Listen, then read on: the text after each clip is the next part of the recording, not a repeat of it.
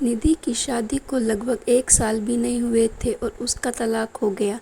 निधि के घर वालों ने ज़बरदस्ती निधि की शादी करवा दी थी। शादी के कुछ 3 महीने बाद ही उसके पति राकेश का व्यवहार बदल गया।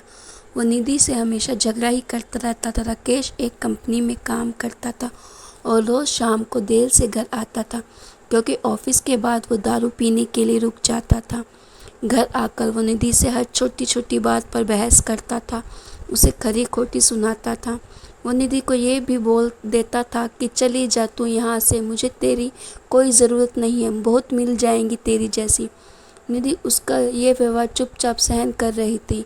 उसने अपने घर पर भी इसके बारे में कुछ नहीं बताया था।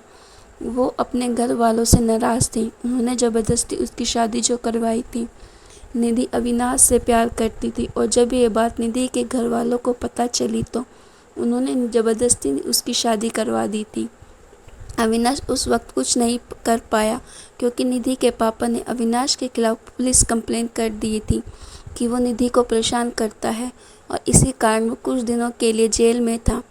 ये सब के बारे में निधि को नहीं पता था। निधि अपनी शादीशुदा ज़िंदगी में बहुत परेशान थी। कुछ महीने ऐसे ही चलता रहा। राकेश थोड़ी भी नहीं बदला था। फिर निधि ने सोचा कि अब वो और उस रिश्ते में नहीं रह सकती और उसने राकेश से तलाक लेने का फ़ैसला कर लिया और फिर उनका तलाक हो गया।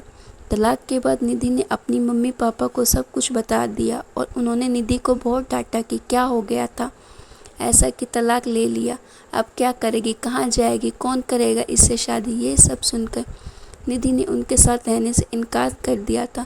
वो एक छोटी सी कंपनी में काम करने लगी और कंपनी द्वारा दिए गए घर में रहती थी। उसे कभी कभी अविनाश की बहुत याद आती थी, लेकिन उसने अविनाश से कभी संपर्क करने की कोशिश नहीं की।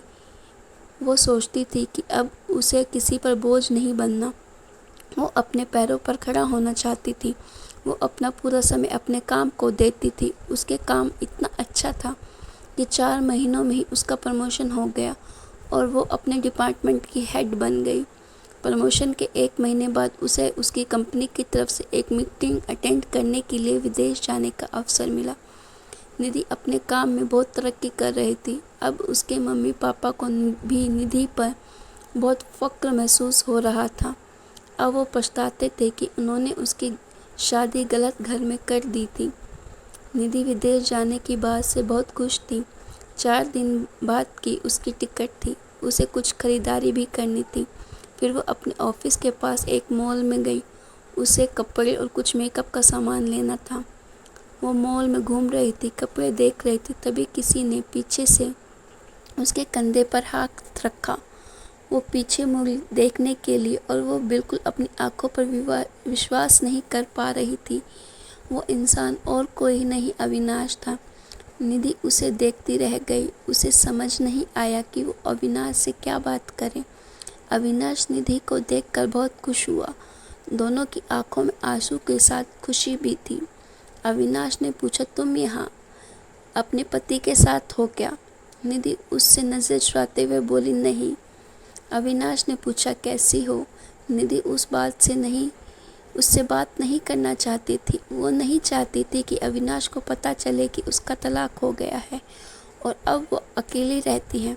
अविनाश उससे पूछे जा रहा था। उसने बोला, कुछ बोलो। निधि वहाँ से जाने लगी। उसने अविनाश को बोला कि मुझे तुमसे कोई बात नहीं करनी, तुम चले जाओ। अविनाश उसके पीछे पीछे जाने लगा। उसने कहा, मेरी बात तो सुन लो एक बार। फिर भी निधि नहीं रुकी।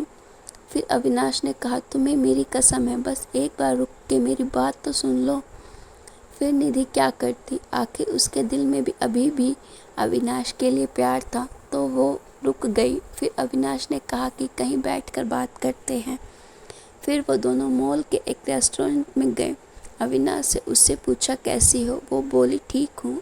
अविनाश ने उसके पति के बारे में पूछा कि वो कैसा है, तुम्हारा ध्यान रखता है ना? निधि चुप थी। अविनाश ने बोला, क्या हुआ, तुम चुप क्यों हो?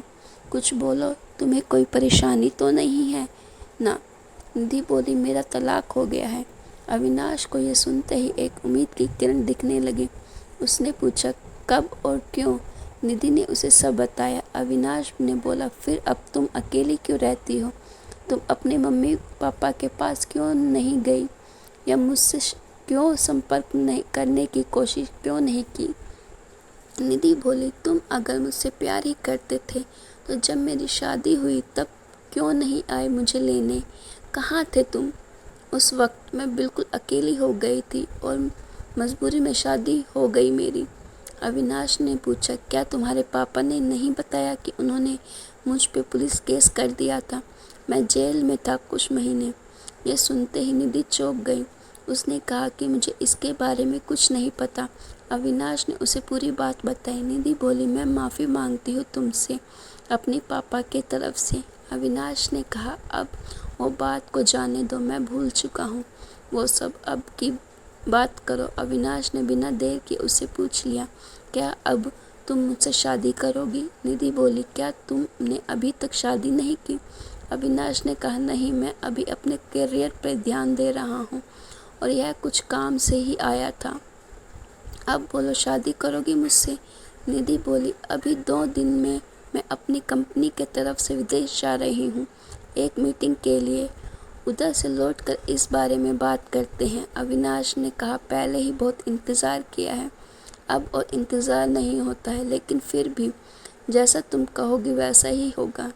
दोनों ने अपना फ़ोन नंबर दिया एक दूसरे को और घर गए। अविनाश उसे रोज़ फ़ोन करके उसका हाल चाल पूछता रहता था। 1 सप्ताह बाद निधि अपनी मीटिंग ख़त्म करके लौट आई थी। अविनाश उससे मिलने के लिए बोल रहा था, लेकिन निधि अपने ऑफिस में बहुत व्यस्त थी। उसने कहा कि हम रविवार को मिलेंगे। फिर वो दोनों रविवार को उसी मॉल में मिले। अविनाश ने पहले उसके मीटिंग और काम के बारे में पूछा कि सब ठीक चल रहा है ना? निधि ने कहा, हाँ, सब ठीक है। फिर अविनाश ने उससे शादी का पूछा। तुमने कहा था कि आके बताओगी, शादी करोगे कि नहीं? तो बोलो, अब क्या सोचा है? निधि तो अविनाश से प्यार करती ही थी और अब मौका उसे मिल रहा था अपने प्यार के साथ पूरी ज़िंदगी बिताने का। उसने हाँ कह दिया। दोनों बहुत खुश थे। निधि ने अपने घर पर अविनाश के बारे में सब कुछ बता दिया था और इस बार उसके घर वालों ने उसके इस फैसले में मान गए, क्योंकि पहले उनसे एक गलती हो चुकी थी। अब वो फिर से अपनी बेटी को तकलीफ़ में नहीं देखना चाहते थे।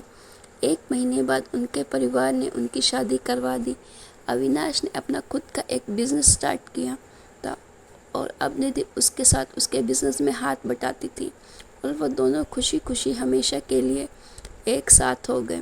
तो गाइस, आपको मेरी स्टोरी कैसी लगी? अगर अच्छी लगी तो मेरी स्टोरी को लाइक कीजिए और मेरे चैनल को सब्सक्राइब कीजिए।